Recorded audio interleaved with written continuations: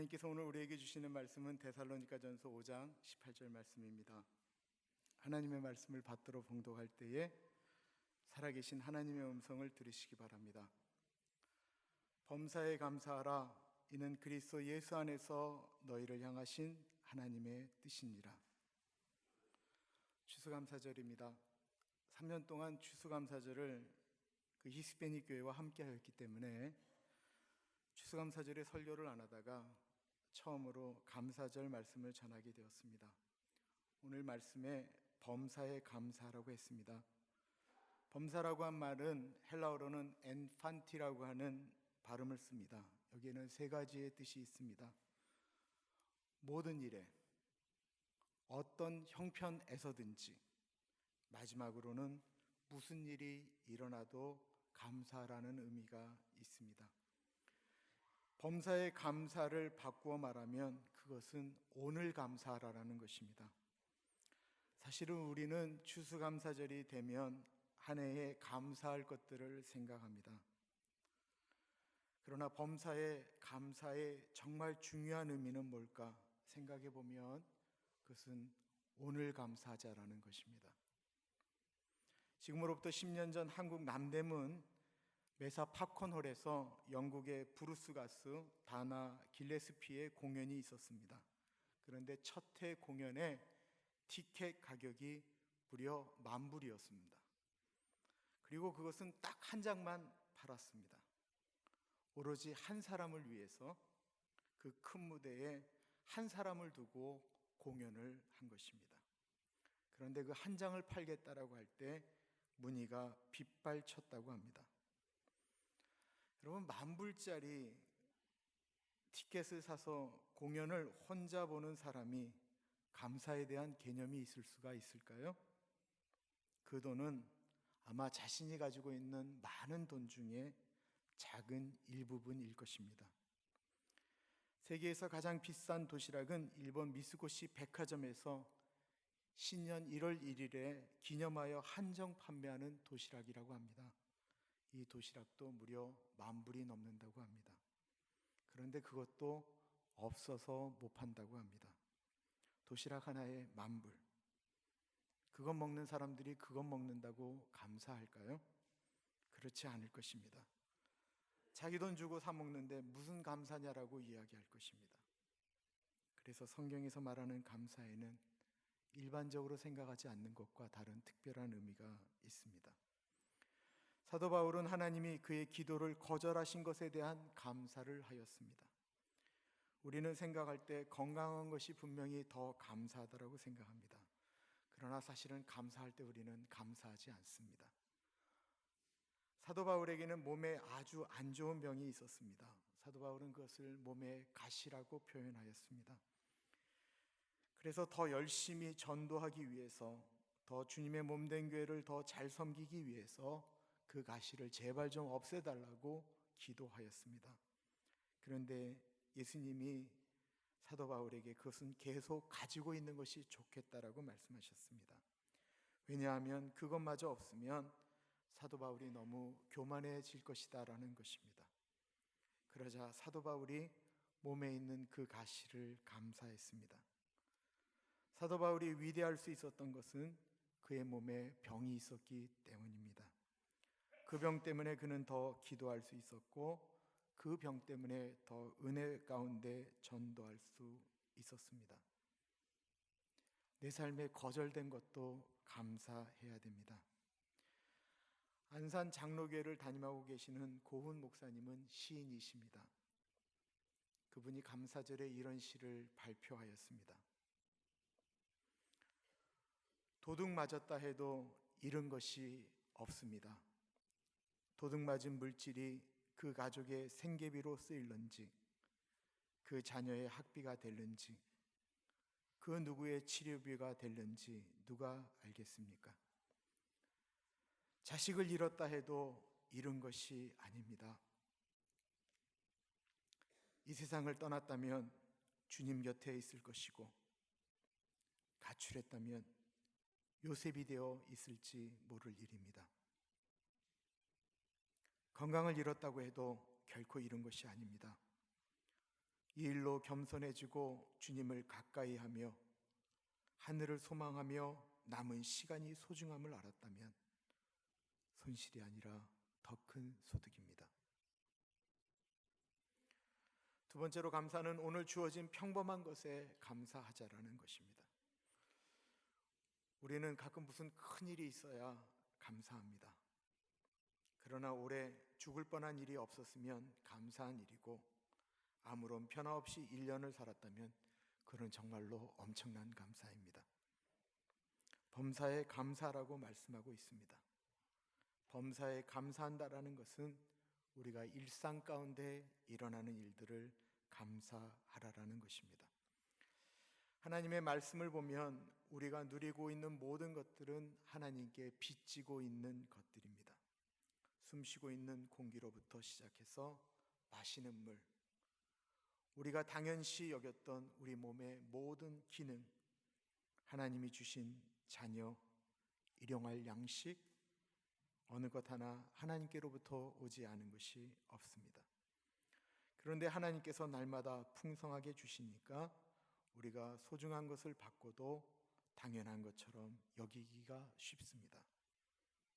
당연히 여길 때 감사할 수가 없습니다. 신앙의 모습 중에 감히 따라올 수 없는 것이 있습니다. 그것은 바로 감사하는 삶입니다. 아무리 기도를 잘하고 찬양을 잘하고 교회 봉사를 잘한다고 할지라도 그분의 삶에 감사하는 삶이 없다고 한다면 아마 모르긴 몰라도 그의 신앙 상태는 썩 좋은 상태라고 말할 수가 없습니다. 독실한 크리스찬인 한 농부가 지방의 유명 인사들과 함께 초청을 받아서 식사를 하게 되었습니다. 이 농부는 평소 했던 것처럼 의뢰의 음식물 앞에서 감사의 기도를 드렸습니다.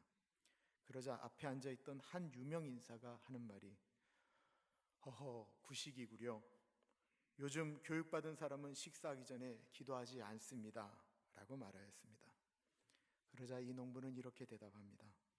저는 기도하는 습관이 있기 때문에 늘 감사 기도를 드리곤 합니다. 그런데 우리 농장에도 식사 전에 기도를 드리지 않는 분들이 계십니다.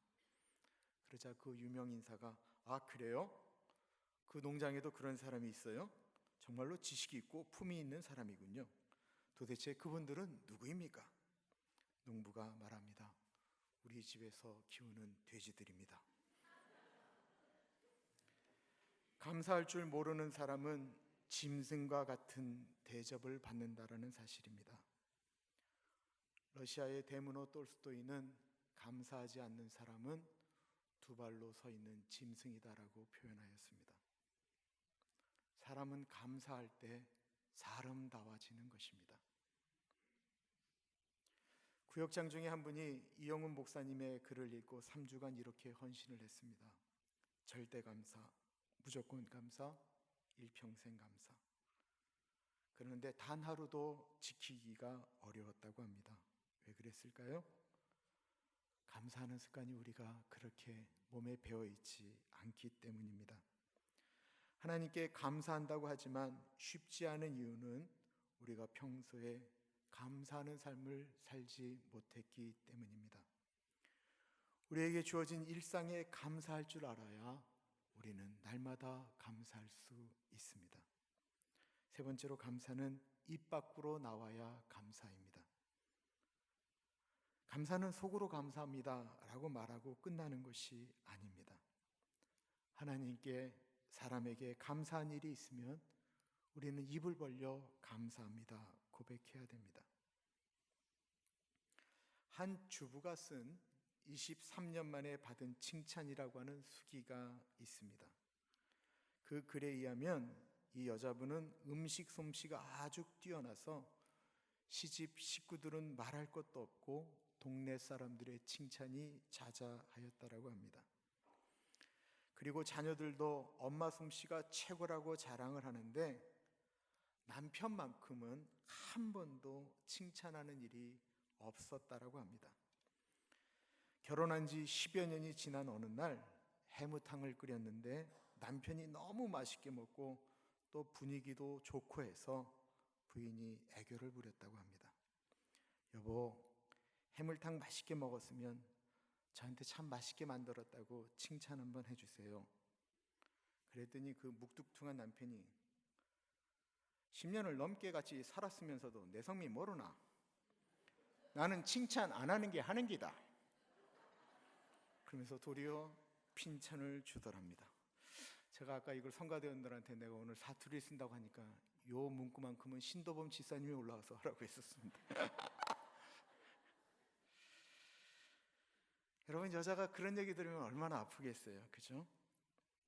그래서 남편으로부터 그때 너무 상처를 많이 받으니까 칭찬받는 것을 포기하고 살았는데, 결혼한 지 23년째 되는 해 여름날 남편이 생선회를 먹고는 잘못되어서 배탈이 아주 심하게 났다라고 합니다.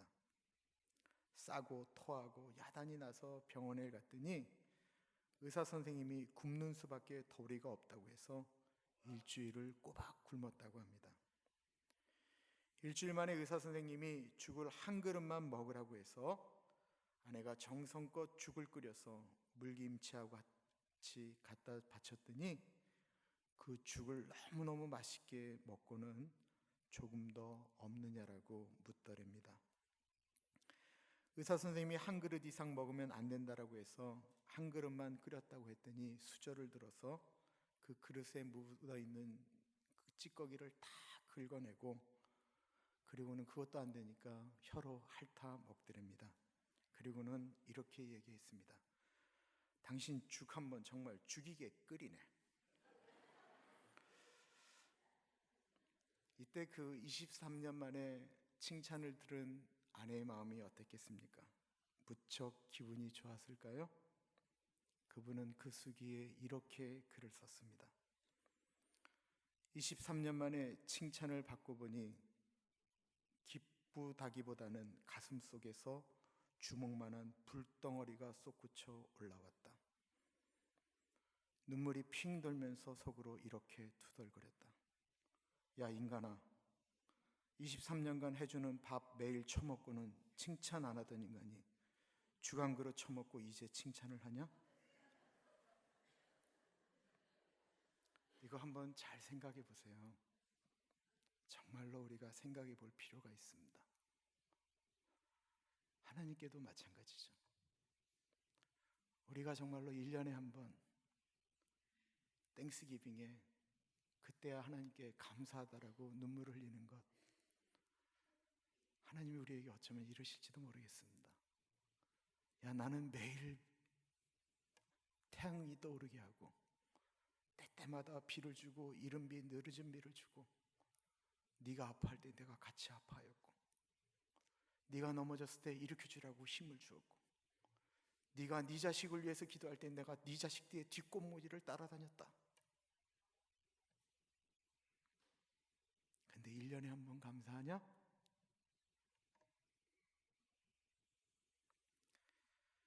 우리가 생활하면서 칭찬하면 행복한 것을, 감사하면 서로 즐거운 것을 안 하니까 아픔이 일어나는 것입니다.